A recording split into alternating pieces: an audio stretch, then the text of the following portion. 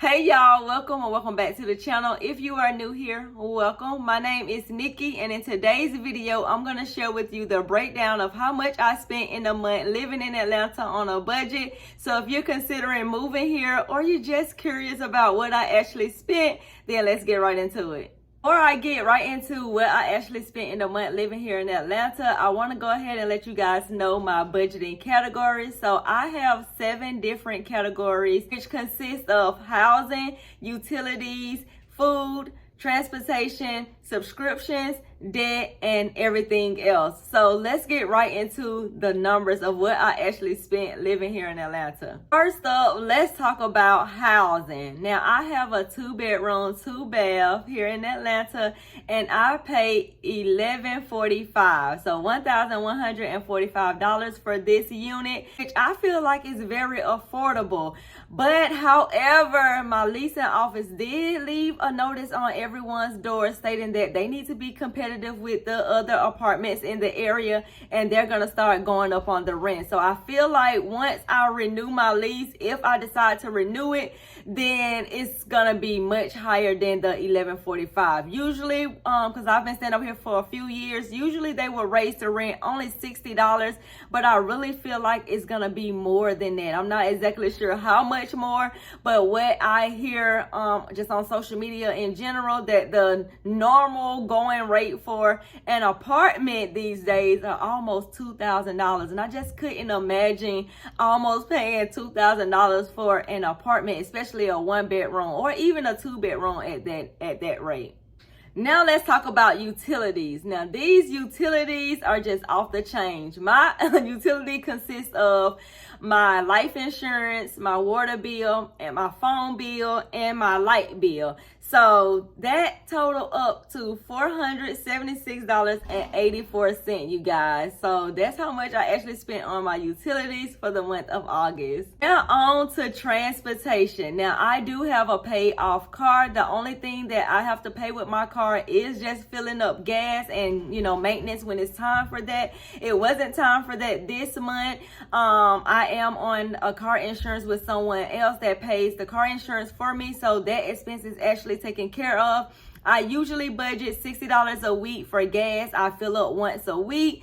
I was doing a whole lot of driving around this week. I actually shoot my content outside, so that costs gas to just go from my home to the location that I'm actually shooting in. And then I also went out to eat with friends that was a little driving distance from where I actually live.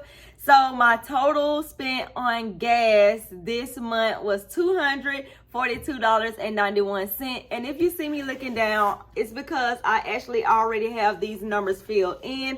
I use my budget workbook to track my expenses, plan out my paychecks and things like that. If you are interested in this budget workbook, I will leave the link to it down below in the description box. But that's how much I spent on gas this month. Now let's talk about food and groceries. Now I budget $100 a week on food and groceries. Really everything that I eat actually comes out of that budget. And I was doing a whole lot this month. And one time I actually didn't go to the grocery store because I do my grocery shopping along with filling up my gas tank on the same days, because I actually just go to the Walmart, and Walmart has the Murphy USA gas station. So I just, kill 2 birds with 1 stone by just doing everything there.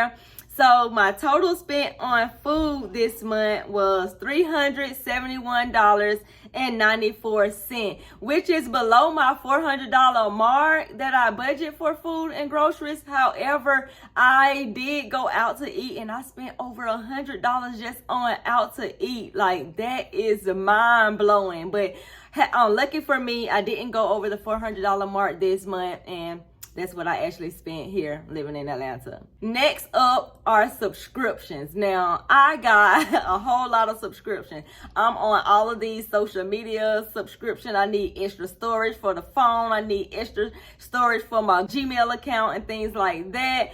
I'm paying for subscription for my stand store. So my total spent in subscriptions are $169.87, which is really not too bad. I didn't add any subscriptions this month, so this is typically what it usually is, and that's exactly how much I spent. Let's get into this debt. Now, y'all know I have credit card debt and I have student loan debt. Currently, right now, I'm not focusing on my student loans. I'm only focusing on my credit cards because I am trying to purchase a home, and my credit card utilization is almost 70%. It's like around 67%. I apologize for the noise, you guys. The people upstairs are just running crazy, so please forgive me if you do hear the noise in the background.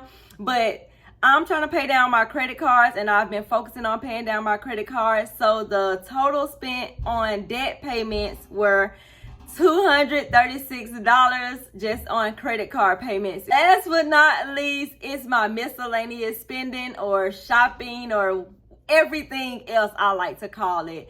Now, I spent $194.44 on everything else. Now, I was feeling like I was doing a whole lot this month because it seemed like once the middle of the month hit, a lot of spending was being done, and I thought I was gonna go over budget with all of these items, and in the end, the total spent for the month was $2,897, which is below the amount that I actually budget for every single month. So the amount that I budget for on my bills and expenses is $3,000 per month.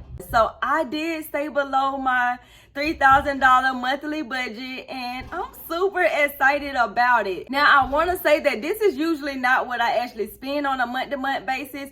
On a good month, a regular month, I usually spend anywhere around $2,200, maybe $2,500. But when I know that I'm doing a lot is going on, then it's almost closer to that $3,000 mark. So that's why I actually budget more than what I actually need for bills and expenses, just to give me some wiggle room to do some other things that may come up that I want to partake in. So if you are new to budgeting and you don't know even where to start by just tracking your expenses. Get this workbook and just start filling in every single time that you spend money, the date that you spent money on, how much it actually was, and then at the end of the month, categorize them just like I did in this video, and then set that amount as your budget moving forward. Cut some things that you may want to cut when you realize that you spent a lot of money in certain categories, and add money to those things that you think that you need to add money in. So that's it for this video. Thank you guys so much for tuning in, and I will catch you in the next one.